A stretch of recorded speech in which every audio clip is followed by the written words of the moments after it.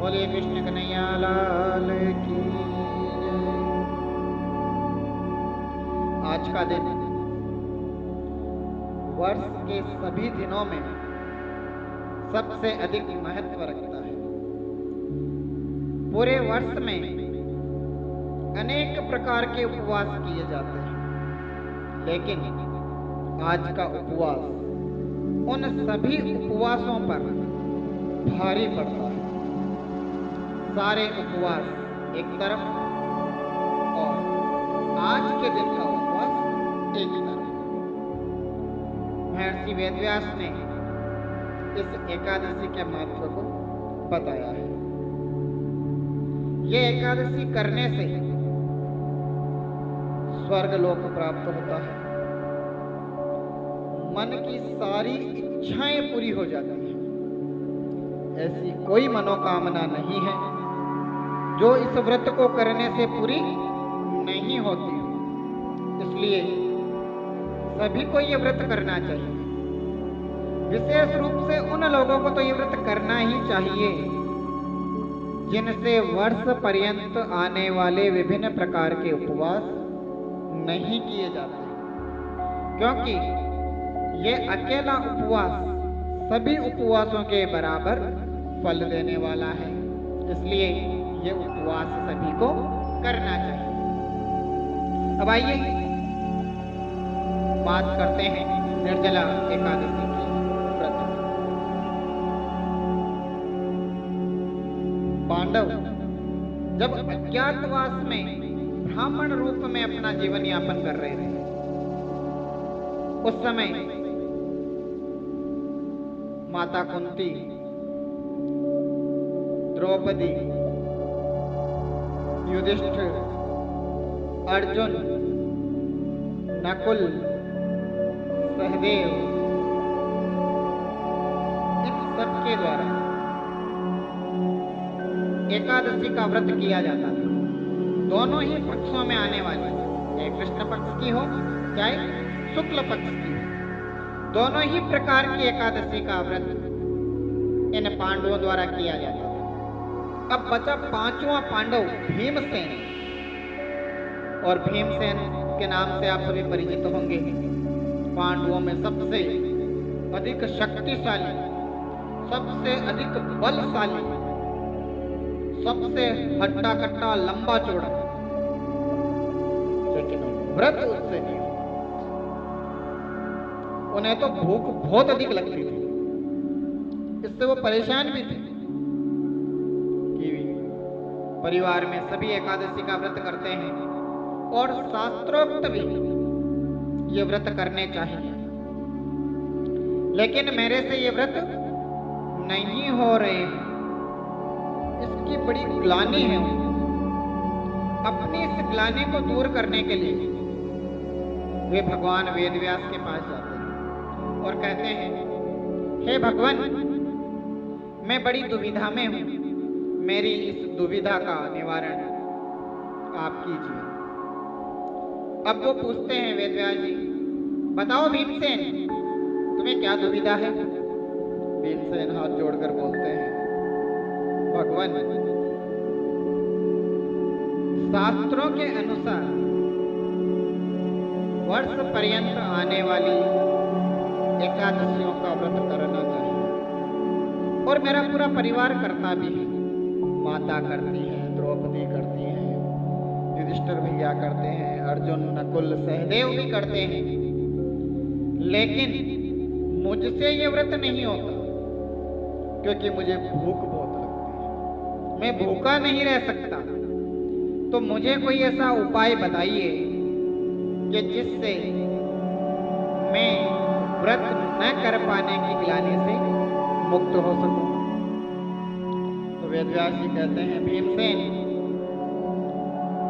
शास्त्रों के अनुसार एकादशी का व्रत करना अनिवार्य है, इसका कोई तोड़ नहीं है, इसका कोई सब्स्टिट्यूट नहीं है, तुम्हें व्रत करना ही पड़ेगा। अब भीमसेन बोलता है, महाराज, कोई तो गेलो होलो और रोजिनाड़ो व्रत मारूं तो कोनी पारो। ऐसा भीमसेन उनसे कहते हैं। वेदव्यास जी बोलते हैं रास्ता तो मुश्किल ही है। तब भीमसेन बोलते हैं भगवान मैं पूरे साल में एक व्रत कर सकता हूँ। ये रोज रोज महीने में दो चार ये व्रत मेरे से नहीं होते, लेकिन अगर ऐसा कोई व्रत हो जो साल में एक बार करने से इन सब का फल मुझे प्राप्त हो जाए, तो ऐसा हो तो मुझे बता दीजिए, मैं कर लूंगा। अब वेदव्यास जी बोलते हैं भीमसेन ऐसा एक व्रत है और स्वयं भगवान नारायण ने उस व्रत के बारे में बताया है। तो भीमसेन बोलते हैं बताइए बताइए जल्दी बताइए, मैं वो व्रत जरूर करूंगा। तो व्यास जी कहते हैं भीमसेन वृषभ और मिथुन की संक्रांति के बीच में ज्येष्ठ शुक्ल एकादशी, जिसे निर्जला नाम दिया गया है, यह निर्जला एकादशी करने से पूरे वर्ष की एकादशी के बराबर का फल प्राप्त होता है। पूरे वर्ष किए गए दान पुण्य का फल प्राप्त होता है। तो भीमसेन बोलते हैं कि भगवान मुझे इस एकादशी की विधि बताइए कि किस प्रकार ये एकादशी की जाती है। तब वेदव्यास जी कहते हैं कि यह एकादशी अन्य एकादशियों की तुलना में भिन्न है।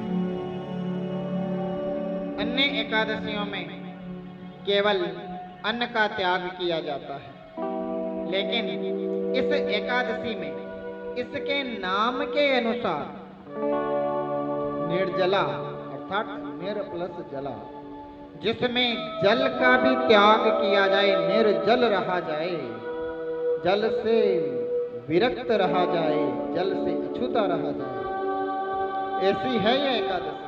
क्या आप कर पाएंगे?